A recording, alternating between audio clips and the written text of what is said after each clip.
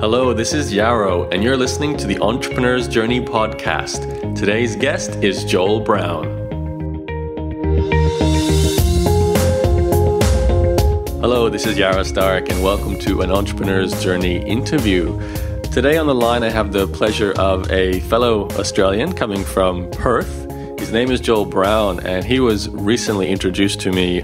And Joel runs the Addicted to Success personal development blog, which has only been going for about 3 years and is already earning over $100,000 a year. And he's been offered as much as $1 million to sell the blog. So I thought, Joel, for so many reasons, being an Australian, having a quick, successful blog, we had to get him onto the podcast and hear this background story. So Joel, thank you for joining me. Yaro, thanks a million for having me here, man. I really, really appreciate it. Awesome. So much to find out, Joel, but as I always do with these podcasts, I like to learn a little bit about what you did before you started the blog. So you don't sound like an old man, for starters. So how old are you? That's a good start. Well, I'm 27. Okay. So still a young buck. So, we're not going to have a 50-year career to talk about here, but did you go to university or anything like that? You know what? Funny story, man. I dropped out of high school back in the day. I had a strong passion for music, and I got into the music industry, and I managed songwriters and producers, and we ended up getting signed to a sub-label under Atlantic Records in America. So I moved out to America and lived out in Miami for a little while, and did the whole music industry thing. And long story short, I lost my passion for music after a couple years. I think there's this big kind of misconception that, that you're only supposed to have one passion in your life. And it's not true, like it's okay to find that, maybe it's not your calling in that certain area and that there may be something else that's out there, and there's other opportunities. So, I had to really dig deep into myself and to really pull out like what did I really want for myself in my life and what was going to better me in my direction, and ended up being personal growth, and kind of led me down the tracks of starting my own website, which is obviously addictedtosuccess.com. So, okay, were you in a band as a guitar singer? What was your thing? No, actually, I used to manage songwriters and producers. So my job essentially was to shop beats, like background music that my producers would make, and also get songwriters in the studio to record to these beats, and then I would sell the track as a whole package to record labels. Because, like a lot of these recording artists, like a lot of people think that they write their own stuff, but most of the time, like 90% of the time, they don't write any of their own records. It's all written for them by people that just like live, breathe, eat, writing, songwriting. Wow. Yeah. So you were like a 16-year-old kid and you got into that? Yeah, I actually was, I would have been 20 years old. Okay, but you dropped out of high school to start that interest in so that's when you got started with the music. Yeah, well, I dropped out of high school. I had no interest in going to university, and I was already doing pretty well. I had my own radio show actually at the age of 16. Wow. I was on primetime radio on a Thursday night, when everybody was driving back from late night shopping. So I had a pretty good spot there. And basically I used to interview a lot of like big recording artists, and I used that and platformed off that to be able to shop this music to major label recording artists. So the thing about like the way I do things is I like to think that I'm very resourceful. So if I'm using something, I try and leverage off that and move to the next level and keep platforming. I think that's pretty important. Yeah, success ladder. So you're on the radio and you're obviously well and truly inside the music industry in Perth at least, and maybe all of Australia, right? And Yep. Then what happened next in terms of going to the States? Was that a choice you made, or did an opportunity open up over there, or how did that happen? Yeah, well, my producers that I was managing at the time, they were producing beats here back in Perth, and I was shopping their beats around. So I was sending it out to a lot of managers and record producers to see if they were interested in making my producer's music part of the projects that they were working on. And there was actually a producer at the time. His name is Jim Johnson, and he's a Grammy Award-winning producer. he produces more urban records, or at the time he was producing a lot of urban records. He produced like Sweet Dreams for Beyonce, Kiss You Through the Phone for Soulja Boy, Lollipop for Lil Wayne. He's produced a lot of records. He's produced probably about 20 like big hits that are in the Billboard charts. And he was really interested in the music that we were putting out, and he decided that he wanted to sign us to a publishing deal, and that his studio was out in Miami. So it was more so like if we really wanted to go 100% all in with it, we were best to leave Australia and move out there and be in the middle of like everything and get to actually like meet the artists face to face that come into the studio. Mm-hmm. Okay, so that must have been amazing for starters. Already, I mean, definitely, it was an awesome experience for sure. So you're like 20 years old. You're living in Miami.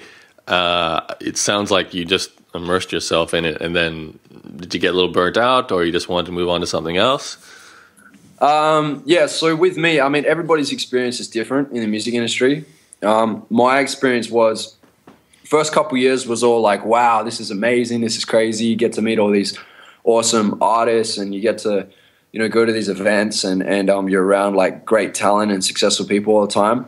But there's a point where you start to kind of measure your own self as well, and you're looking at it going like, you know, okay, when am I ready to break, and when am I going to get out there, and when are my producers going to be able to do this and that, and a lot of it was like kind of waiting on everybody else to make decisions for us, and we were like, you know, you have your letdowns, and that's cool. That's just how it is, and that's like the price you pay when you're in an entertainment industry.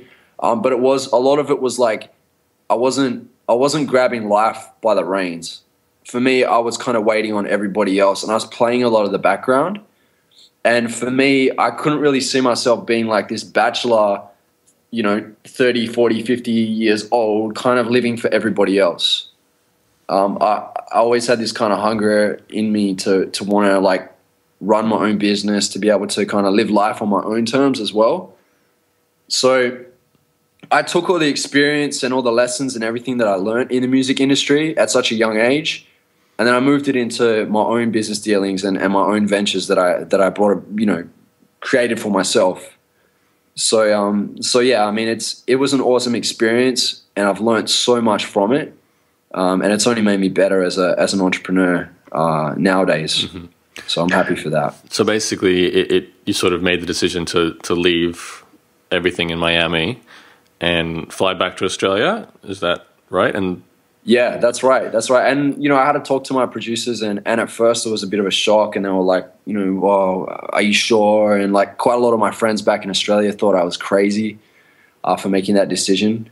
But, you know, I was only like 95% happy, 99% happy. Like I wasn't 100% happy with where I was at. And yeah, and I just kind of reflected on my own life and just thought, you know, I'm not 100% there. There's something that's missing. And like I was reading a lot of, you know, Tony Robbins books at the time, listening to a lot of audio, and, you know, Robert Kiyosaki, T. Harv Eker, things like that, you know. So for me, I was like I was always around that and listening to like how there's so many opportunities out there, and there's better ways to live your life and that as well. So for me, yeah, it was something where I felt that I could really live my life on my own terms if I went out and did it by myself, mm-hmm. instead of waiting on everyone else. Yeah. Yeah. And a lot of people have that sort of desire. And certainly if you're working for other people and you don't control what you're doing as an entrepreneur, I know that's very challenging. Did you, I can imagine you quitting and then deciding to come back to Australia, but did you have an idea of what you would do next? Because it sounds like music was your life up until that point. And, you know, okay, you're young enough to play around with what you're doing and not, you know, it's not too much of a big deal. I doubt you're not going to have kids and a mortgage and all these things to worry about. So you can choose careers and test things and experience things. But were you thinking, I'm going to do something specific when you got back to Australia? Yeah, look, this is really interesting, this part, because as this conversation goes on, you're going to realize I had a pretty colorful life, right? So basically what happened was I went back to Australia. I've been considered to be pretty talented at like sales, right? So there was a company that I used to work for before I got into the music industry, just kind of like part-time. And they heard that I was back in Perth and they asked me to come and work for them. And it was doing sales. It was like telecommunication sales, selling like fiber optic internet connections to medium and corporate businesses. So I did that for a little while. I was doing that. I had the opportunity to meet Jordan Belfort, the Wolf of Wall Street. And the company I was working for, a sales company, they actually organized a workshop a couple months into me being there, and I actually had the chance to meet Jordan Belfort face to face. And I got to talking with him, congratulated him on his success that he's achieved so far and how he's turned his life around. And he got to talking with me and he was asking me, do you have goals? And I said, well, no, I don't really have any kind of solid goals. And he said, great, that's fine. And I said, what do you mean? Like someone successful like him, I thought that he would have big goals himself. He said, look, goals are good for small-term achievements, but you really want to have a vision. You want to have a big vision for success. And if you're already thinking big, you need to think bigger. And he went through the steps of writing down like what you really want to achieve, like working out your why and, working out day by day, week by week, month by month, year by year, how you're going to get to that big vision that's there that you created for yourself. And it was cool because in school, in high school, I was always taught write down your goals and this and that. But if you're not hitting your goals, then they become less and less effective. So creating a vision and having something that you wake up every day for, like a big, strong why and what you want to achieve, it made more sense to me to think that way, just think a lot bigger, So, yeah, so I got to talking with him and said, I'm interested in self-development and this and that. And we kind of dug a bit deeper and deeper and deeper. And then I found that, I was good online. Like I understood computers and I was pretty cluey on working things out. So I decided to start a website, right? And initially it was just for me to be able to, if I found any good self-development information, that I would just put it up on there, kind of like a bookmark to bookmark it. Mm-hmm. And then it got to the point where I would do it every couple of days. I put something up, and then I put a share bar on there. And I had people at my work that saw it, and they were like, "Wow, this is awesome content." And they would share it with their friends, and it started to grow and grow.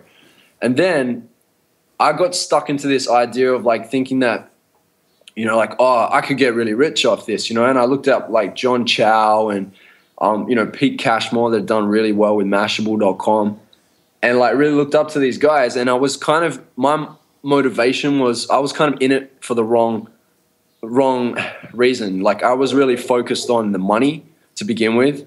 I'm honest about that with everyone, that I really just my motivation was the money. And I think this is the thing, money seems to be the elephant in the room. It seems to be this thing that people kind of tiptoe around, that they kind of say I'm doing it because I want to help people, and I'm just doing it because of my passion. And I think it's okay to say that you're doing it for the money, but not for your whole life. You don't want to be fixed on it for your whole life. It's okay to kind of get you ahead.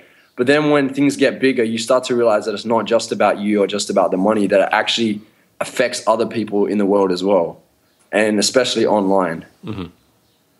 So that's really how Addicted to Success came about.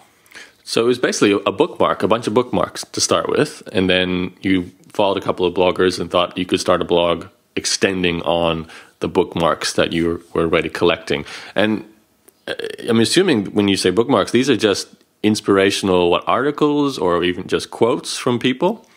Yeah, it would be a collection of quotes. It would be putting up a YouTube video and just writing a quick little intro on the video.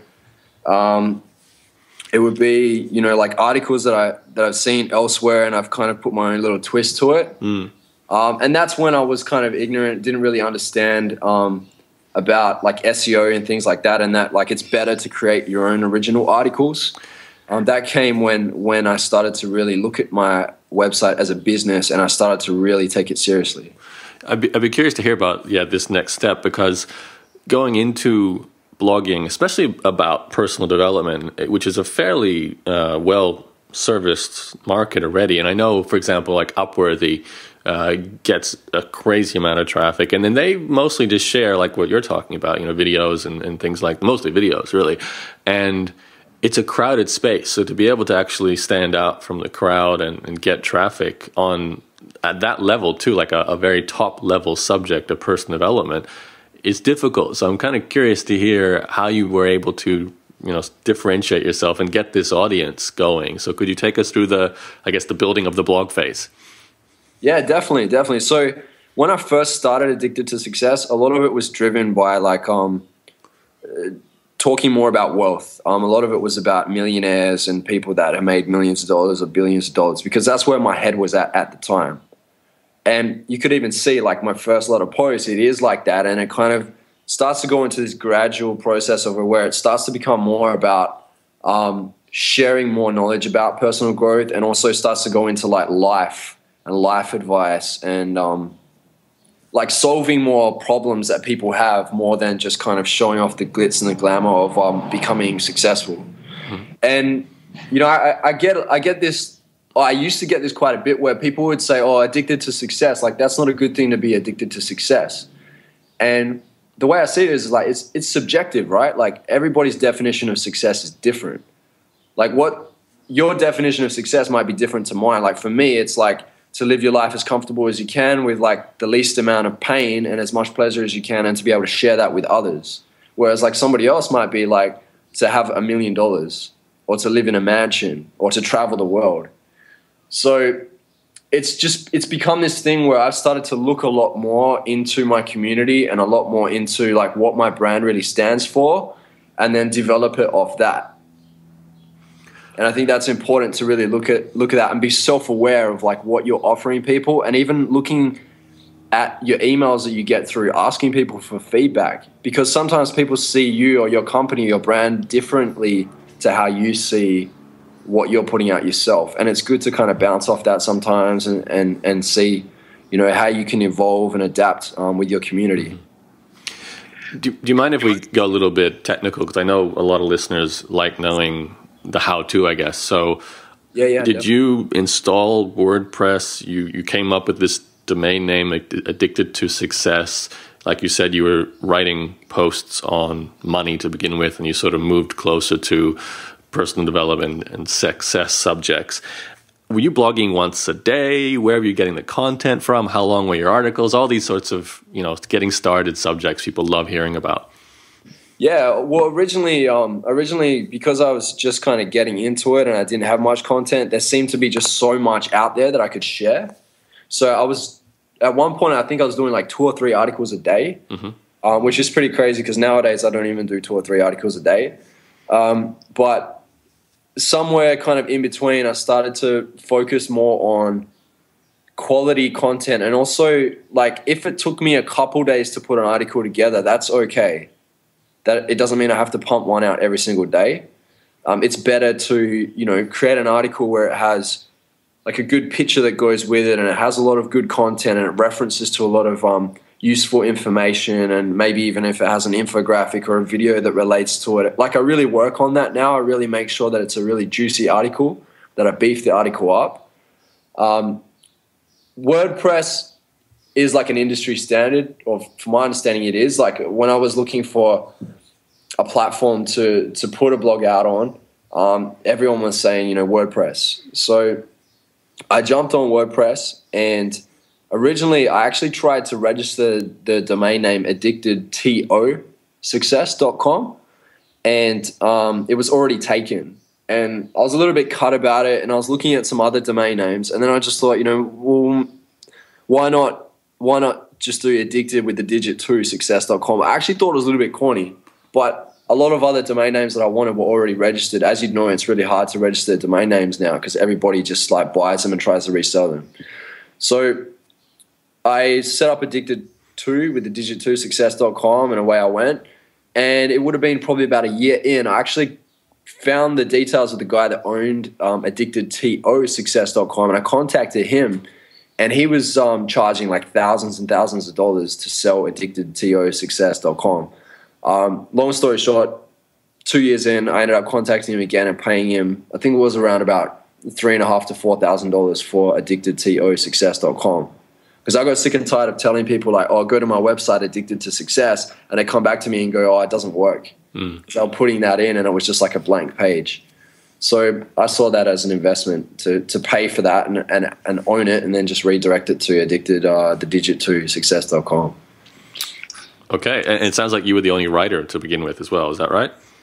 Yeah. I was the only writer for probably a good solid year, and then it started to attract like a lot of attention online, especially through the social media channels, and people wanted to start to become part of the community and part of the brand. So yeah. How did it, before you jump into that, sort of rapid growth phase, the first year is often the hardest because you don't know whether it's working, whether you'll ever make money. Did you get results straight away? Like, was there an audience coming straight away? There wasn't an audience coming straight away. Like, a good day for me in the beginning was like 2,000 people a day. I thought that was insane, and I could have never imagined getting 3 million a month or anything like that like I do now. 2,000 people a day was like really cool, and that really like motivated me and put that drive in me to want to just keep building the site, keep creating, which is cool. I kind of appreciate the old days, man, when like to think back about it, and then you get to a point, I think you get to a certain point where you can get so fixed on the numbers that you forget that like even to reach 10,000 people is crazy. Even to reach 20,000 people is a crazy amount of people. Well, that's exactly right. Like I was going to say, most bloggers will never even reach the 2,000 a day level. So what was the difference for you, do you think? Joel, is it like just social media really kicked you off, like sharing a lot of stuff on Facebook and Twitter? Because you start from scratch, right? You had no existing following on any social platform or any blog platform, right? That's right, yeah.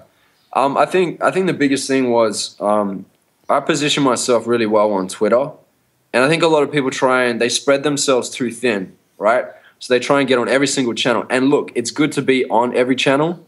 If somebody asks me like what social media channel should I be on, I tell them all of them, like every single one, because there's eyeballs in different areas depending on like different kind of audiences and crowds and different social media platforms.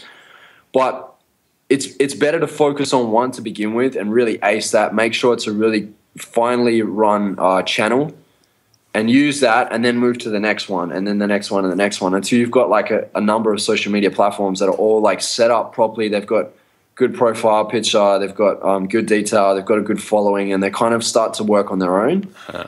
With Twitter, I kind of got in a little bit early. So I was listening to a lot of Gary Vaynerchuk's advice back in the day, and Gary was really on like the whole Twitter thing. And I know that he's a cutting edge type of guy. He's always on the curve. He knows kind of like what's coming up next. He's a smart dude, right? So I listened to his advice. I jumped on Twitter, and I think celebrities and that started to get on Twitter around that time. And I was putting out like a lot of inspirational material, and I was getting people like, Diddy and The Rock, Dwayne Johnson, and a bunch of other people were seeing my posts and sharing it to their followers. How?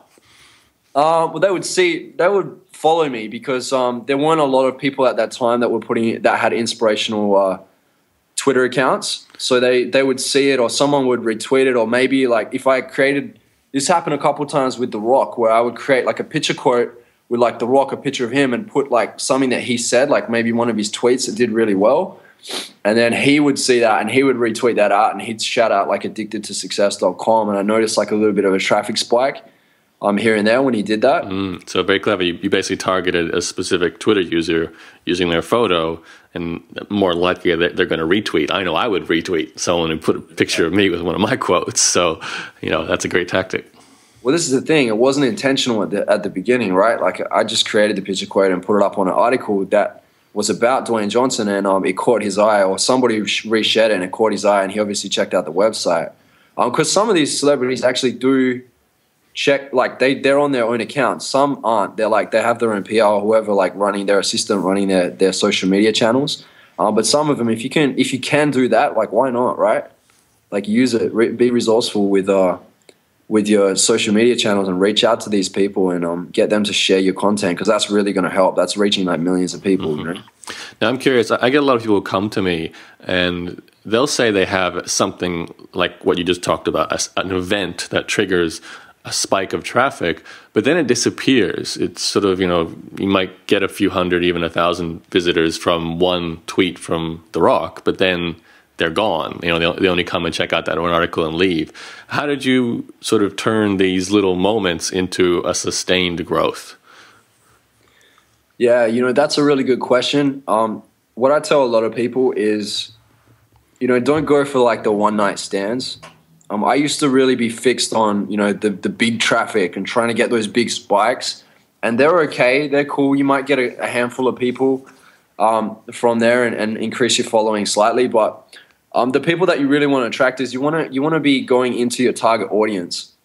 So it's more effective for you to try and, let's say, like guest blog on websites that are like not so much in competition with you, but are aligned with very similar like values, very similar information, so that you're pulling in like-minded people into your community. Because a lot of it is about community. Like let's say like a good 50 or 60% of my traffic is like return visitors. They're people that come back to my site like very often. And they're the people that you want. You want them back in your community. They're the people that are going to buy from you if you put a product out. They're the people that are going to share your articles when you put it out and they like your articles like that. They're the people that you really want in your community and on your website. You don't want like some little kind of like teeny bopper that thinks like one little picture quote thing is cool, but they're never going to come back again. Because like you want them, yes, but they're not the ones that are going to like really get your information out there or really grab it and embrace it and make a change in their life or share it with their community. So yeah, don't go for the one night stands. Really focus on building your community. All right. Can you take us then forward? It sounds like you combined Twitter with some consistent quality information, quotes, articles, and then you expanded to other social platforms, and it was working. Obviously, you're watching the traffic increase. People are sharing your content. You're building this community, so they're coming back. You must be starting to think about, how am I going to make money from this at that stage? Did you start monetizing in that first year? After probably around about 9 months, actually probably just before a year, so we've been about 10 months in, I was speaking to somebody that had worked at Google, and he was saying to me, he's like, oh, you should look at, jumping on AdSense. Like, why don't you jump on AdSense and just see, like, you could be at least paying for like your web hosting. And the reason why I didn't, like, I knew at some point I wanted to monetize from it. That was like really my goal for the first year, was to build it right up. And I was told by a lot of people not to make your website look like a billboard. So don't like put ads all over your site, because people are going to click on those ads and they're going to leave your site. And some of them might not even come back. So I was really fixed on like building up the content, starting to get some traffic going, and then I would put some ads on my site. So yeah, 10 months in, I jumped on Google AdSense. And it's funny because I didn't expect to get a lot. I heard that you can't make a lot unless you've got a lot of traffic. But I was making, let's say, around about $200 a month, $300 a month. And that definitely paid for my hosting. It paid for my gas money, my petrol money, to be able to get around and help me out with a little bit of rent, like as the months went on. So for me, I was grateful for that. And then I think really the biggest day was really when I turned around and told my boss at the sales job that I was working at that I can't be here anymore because it's costing me too much to work here. And that would have been probably around about just over 2 years in. Yeah. So how much were you earning at 2 years then? Was that obviously enough to pay your lifestyle bills? Yeah, it was a bit more. It was probably around about $65,000 a year. And that's when you quit? That's when I quit my job. 2 years. That was when I quit my job, when I was making like $55,000 a year at that job, and I was making $65,000 online. So I wanted to really grow Addicted to Success. I wanted to put a lot more time into it. So that's when I made the decision. And when I did, it boosted even more because I was putting a lot more time into it. And the earnings went up even more, and I was able to focus on, product creation and things like that as well. Speaking of which, how do you make money today? It's not just AdSense. You just said products. What else? Yeah, so obviously AdSense. Then I wrote an ebook. It's funny, actually. I was traveling around the world, and I was actually in India for 6 weeks. And I was staying at this beach house in Kerala, in Kannur, in India, and this coconut tree fell on our power line and wiped out the internet for like a week. because the phone lines run along the power lines. They're like external because it's real backwards in that country over there. And yeah, and it crashed the whole internet out. And I asked the company, like, called them up and everything, and they're like, yeah, we'll come next week. Next week we'll come down to fix, you know. So I'm like waiting like a whole entire week for the internet to be on. And as you can imagine, like I would have been ripping my hair out because I was used to putting a post out like every day, and I couldn't do anything. So that gave me time to actually sit there each and every day and just start writing a book. And what I did was I decided to write an ebook. It's called The Formula, The Secret Ingredients of Online Success. And the book is basically, it's not so much like the secret ingredients, is more so like my secret ingredients. So it's like what I did to be able to get to where I am today. And yeah, and it's just kind of like it goes into, it's more so on the basic end where if you're just starting out, you want to know like how to set up your WordPress, like what are the right plugins to use, like what you should be doing with your social media, like some little tips and tricks here and there, like a few little hacks, things that kind of that I made mistakes on in the past. Like I'm teaching people now to like avoid those things and to go around. So it's giving people the shortcuts to be able to grow their site quickly. So yeah, and that does really well. You know, I get quite a few sales like every day. So that's, you know, $19.95 for an ebook, and that it trickles through. Some days like I might sell like 3 or 4 books. Some days it's like 8. You know, you never know. It kind of comes in and out. And yeah, it puts extra money in the pocket. That's for sure. And I'm able to help people out too. Right. Yeah, it's nice to be a published author too, isn't it? Yeah, that's right. Yeah. Okay, so book, AdSense, anything else? Here and there I charge for like consultation, and obviously like keynotes as well when I get asked to go and speak at certain events. So if I like really broke it all down, it all adds up. And this is the thing, like some people kind of look at certain things and go, oh, I don't know if it's really worth it, like to do like an affiliate deal where like maybe, you know, you're referring people to a service or like software where they can get, you know, you get like $5 commission every month. Imagine if you're signing 1,000 people up to that and you're getting $5,000 every month is coming through. Like all those little things add up. Originally, I used to just like try and just go for the big things. And if you do, you're going to be waiting around for many years for those big opportunities. So in the meantime, like if you're really trying to build your business up and you want money to invest back into it, into your website and to grow, I think it's a good idea to invest in like little things and put a few little things out there. You know, your audience, as long as you're bringing value to your audience, they're going to want to purchase in on things that you have, like your affiliate stuff, and they'll buy your products if they know that you're putting good quality content out there, and that, you know, if they're loyal to you as well. Mm-hmm. So it can all add up, that's for sure. You mentioned that you have other people write for you as well now. I noticed looking at your site, there's still a lot of Joel on it, but you also have other authors. How did that happen? Are they just volunteer writers who are wanting to share the same ideas? Yeah. There's a lot of guest contributors now. So originally I was writing probably around about 80% of the content, and I've really fallen back quite a lot, and I'm involved a lot more in the editing side of the articles. So I'll put my head together with like another guest contributor. They might send in an idea, and then we'll kind of bounce off each other and try and come up with like a good article together. And I don't mind, you know, giving somebody that shine. It's crazy because I actually I've spoken to quite a few of my guest contributors where they might have contributed, say, like a few articles in the past. And one of them actually I was speaking to, he's a motivational coach and he's a sports psychologist.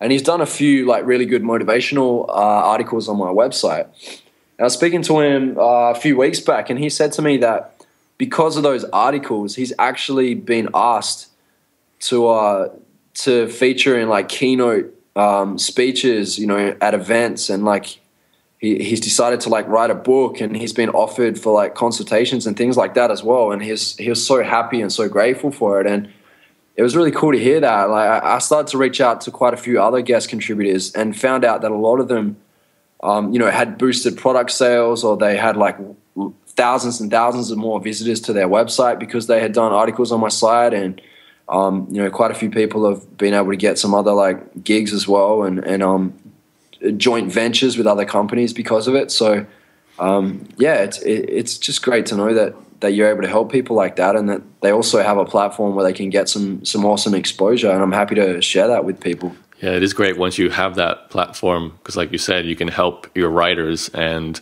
they're willing to do it because they get exposure, which is nice. Now, looking at your site, Joe, one of the things I personally think from my background with blogging that's helping, like how it has helped you reach the point where you have, is your headline writing for your blog posts, because especially given your subject matter, I really think social media and that viral distribution of content is what drives a lot of traffic.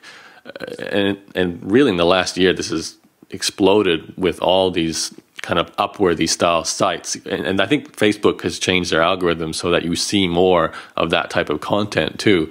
The headline is what drives it, like the actual catchy phrase, like you've got right now, 10 reasons why most people are major failures. I think I see that sort of headline on Facebook all the time at the moment. Are you writing the headlines yourself, or how does that work? And how do you get good at it if you are? Yeah. What I do is I have a kind of process. So I think naturally I've been known to be like creative, quite creative with things. I love art. I love visual things. I really get into like choosing the right pictures that match up. I like quality and things like that. So I'm a little bit of a perfectionist sometimes. Like I'm a bit picky. So what I do is it might sound a little bit intense, but it's worked. It's worked for me. And I teach a lot of other people to do this, is where, you sit down and come up with 10, 15 or 20 different titles for that article, and like just write down whatever comes to mind and branch off it and brainstorm a little bit. And you know what? It might take you maybe like 15 minutes to write them out, but that 15 minutes can make a massive difference to the reach of that article, simply because, like you said, an article makes a difference. An article and a quality picture can take an article very, very far, especially in the social media world. So for me, I'll sit down and I'll write like 10 or 15 versions of the title, and then I'll pick the top 2. And what I do sometimes, if I feel like it's necessary, I'll split test on Twitter. So I'll put one article up and then see how many retweets it gets. And then maybe like an hour later, I'll put up the article again, but I'll put it in the different version of the title to see if that does any better. And sometimes, man, the first title that you write might not be the winner. It could be like the 10th or the 12th one.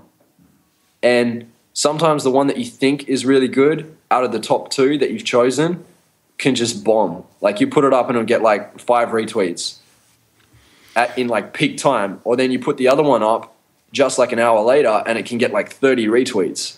So that's how I kind of gauge like what is a good title. Sometimes you kind of just know. If you haven't got any other really good title names and one really, really stands out, then you just kind of go with that. You learn over time like what works and what doesn't. Mm-hmm. But as far as like what can go viral, you can't 100% know what's going to be viral. You can maybe get 80% there, but you're not going to know for sure if that's going to be a viral article. You just got to keep producing good content.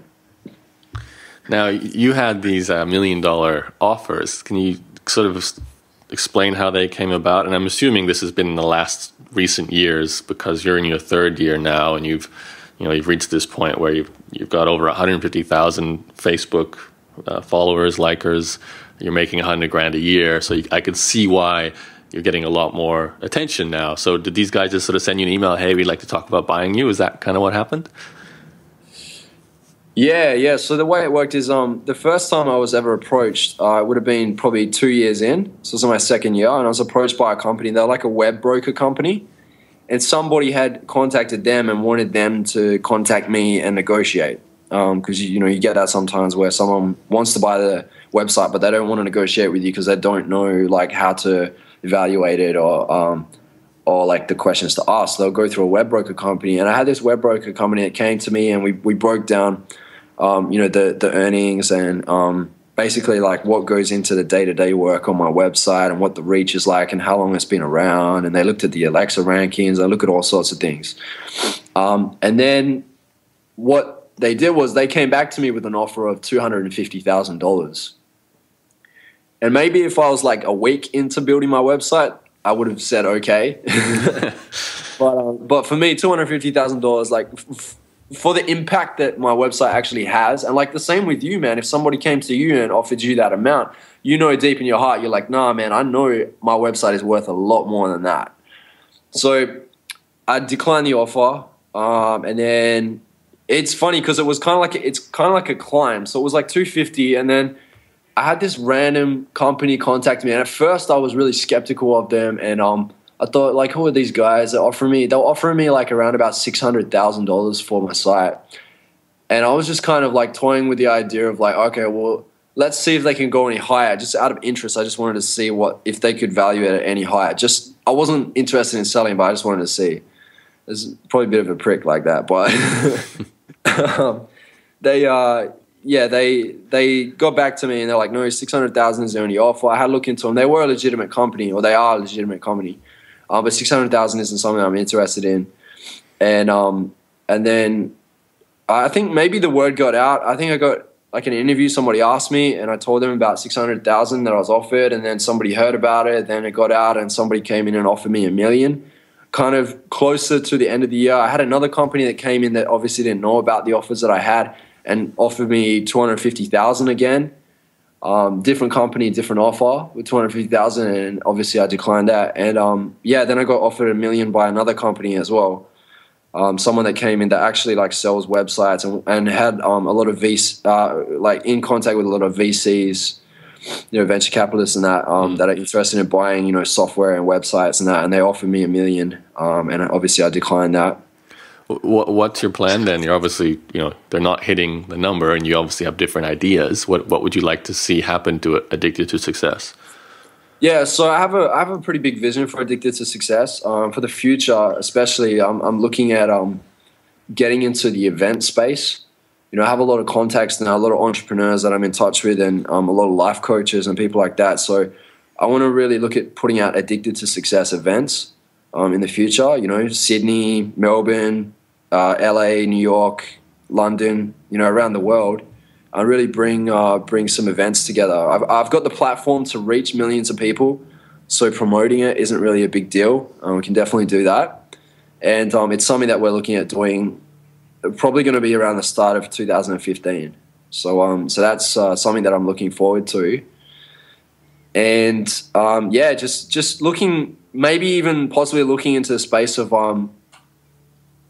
offering like services and signing coaches and maybe publishing as well. So we'll see, but that's just like something that we're toying with, the idea that we're toying with at the moment. So we'll see. I mean, there's a lot of ventures that are coming up. I'm working on something at the moment as well with Mind Valley and Vishen Lakiani. So that's something that's pretty big. Yeah, they're a great company too. I like what they're doing at Mind Valley. All right, Joel, let's look at wrapping it up. I think we've kind of got an overview of what you've done with Addicted to Success. I'd kind of like to just leave this interview with some advice for the listeners who, they look at a site like yours and they might have started a blog themselves and they feel like they're putting out a lot of good content and putting in the kind of work that you did during your early days, but they're just not getting any traction. They're not getting followers on Twitter or Facebook, and they're not getting a lot of viral distribution of their content. They're having trouble getting to 300 visitors a day, let alone that 2,000, 10,000, and then now millions of people a month. What do you say to them? Is there, like, I know a lot of people I interview will say just keep doing it and something will happen, but that's often not a good enough answer. And sometimes it's a bad answer because maybe they're never going to get where they're going with what they currently have. It's the wrong industry or the wrong subject or something. What's your advice to that person who's frustrated, especially when they see something like what you've done and they go, well, I was doing that, but why didn't mine take off? What do you say to that? Yeah, look, a lot of this is marketing. So, I mean, you can create good content and the focus, yes, you have to focus on quality content, but you also have to get it out there. You need it to be in the social media channels, and it needs to be really revolving around out there on the net. And there's ways to get it out there. I mean, you could really link up with other bloggers and guest blog on other posts. You can even, like I did with, Dwayne Johnson, where I created like a picture quote with him and retweeted that. Like, if you write an article about a celebrity and then get it out to them and see if they can like promote it in their social media channels, like really be resourceful because like Yaro said, like you can really say like, oh, just keep going, but nah, like if you just keep doing the same thing, you're going to get the same results, right? So you need to really be resourceful, and you really need to start thinking outside of the box and going like, what high authority website can I write an article for, or which like celebrity or somebody with big reach or somebody that has a lot of influence, how can I get something to them so that they can put it out to their people? Because that's really what's going to start to move the eyeballs to your website, to your blog. So I think that's really been the biggest key thing for me and Addicted to Success is to really be more resourceful with what you're doing and use everything that you have as leverage to get you to the next level where you need to go. Is there any more, just off the top of your head, traffic techniques you found that's worked in this marketing outreach process? Like your top 2 or something like that? Obviously Twitter has been great, and targeting celebrities has been great. Is there any other thing that stands out in your memory?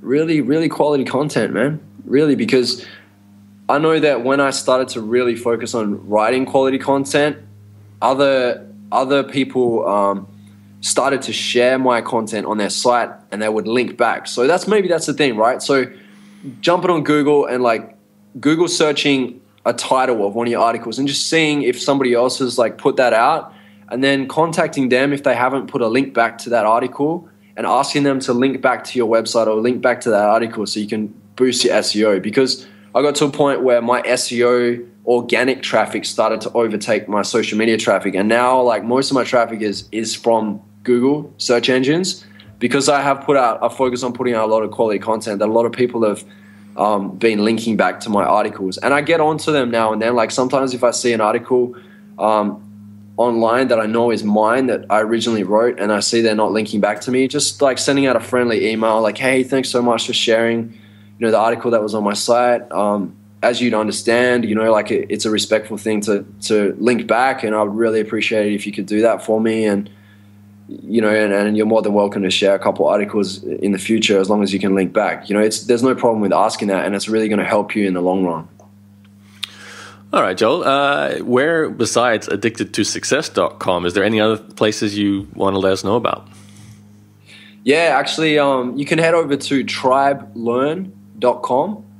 It's a new platform where we're bringing a community of bloggers together that really want to start creating, a next level blog, or taking their blog to the next level. So definitely head over to tribelearn.com and check it out. And that's a joint venture that I've just joined forces basically with Mind Valley. So yeah.